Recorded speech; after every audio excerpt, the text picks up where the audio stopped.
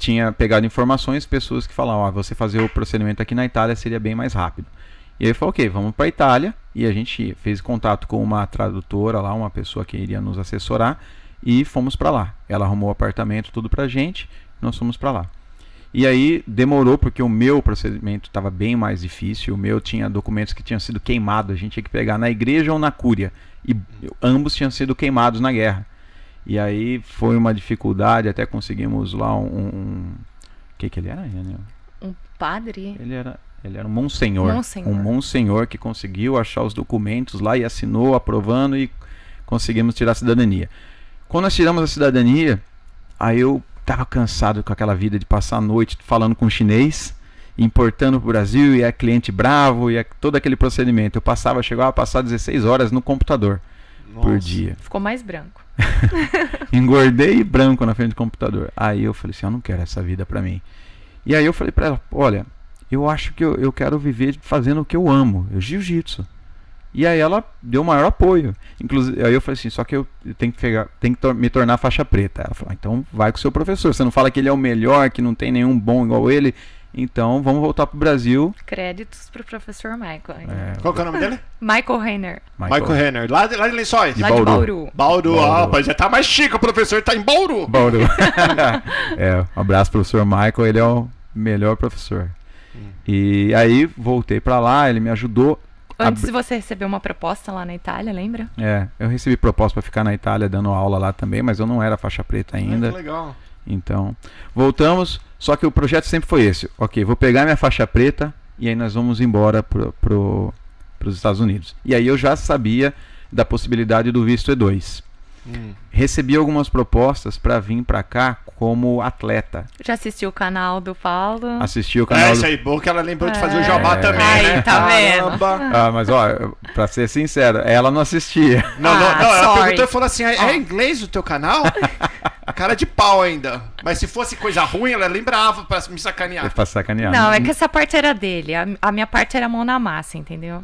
Era bem dividida. Assistia assim desde o começo. Falei, né? Antes do Dr. Walter começar, eu já assisti aqui. E aí, eu recebi propostas. Fui pro Colorado, pra Califórnia. Recebi proposta de ficar lá, mas nessas situações eu teria que ser atleta, né? E eu sempre gostei de dar aula. Eu competi pouco, eu não tinha um background de atleta. Então, falei, não é isso, sabe? Eu tinha essas oportunidades de vir pra cá, mas eu sentia que não era isso. Até que um antigo colega meu, que hoje é nosso sócio, eu entrei em contato com ele, falei assim, olha, eu quero ir para os Estados Unidos, quero abrir uma academia, e ele é um investidor. Eu falei assim, quer investir comigo? Quer abrir academia comigo?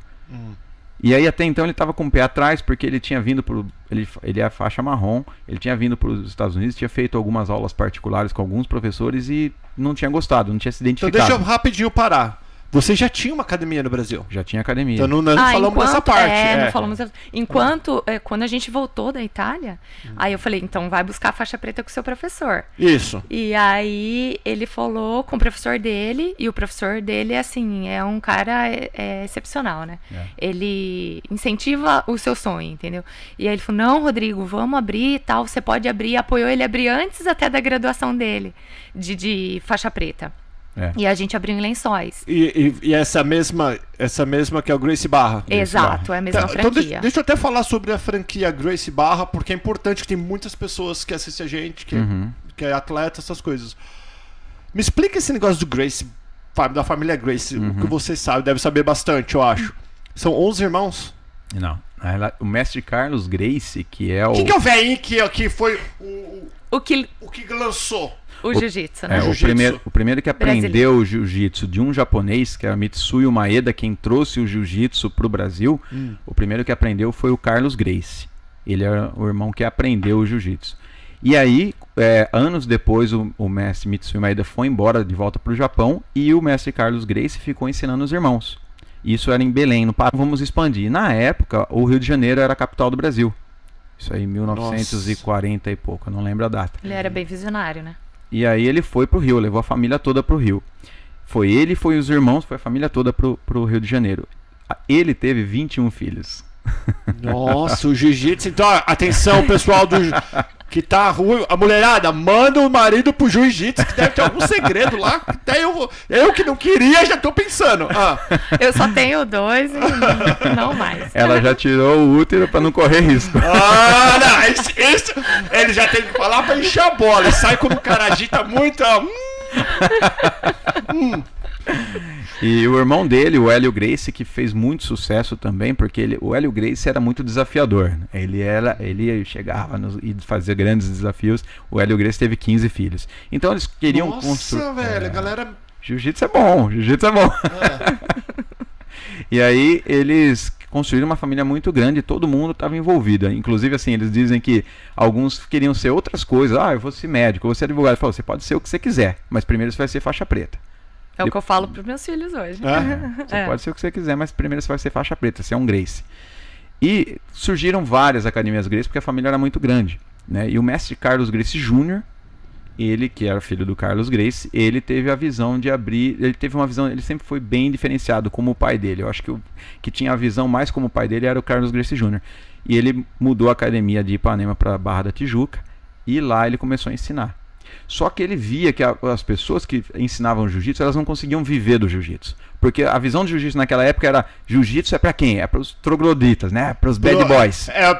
Pitch boy. Pitch boy. Exato. E ele falava, esse não é o jiu-jitsu que meu pai ensinava. Meu pai ensinava que o jiu-jitsu era pra todo. Meu pai ensinava crianças, meu pai ensinava mulheres. E hoje é só aqueles caras enormes, com aquela orelha de couve-flor. Só esses caras enormes que fazem jiu-jitsu. Não é isso, né? E com essa visão, poucas pessoas iam pra academia. Porque quem ia pra academia tava lá pra matar e pra morrer. E ele falou, não, eu vou mudar isso. E já em 1986 ele fundou a Gracie Barra, né? Nos anos 90 ele começou a mudar isso. Então a Gracie Barra foi ele... Que era os Gracies da Barra, da Tijuca. Exatamente. Que é de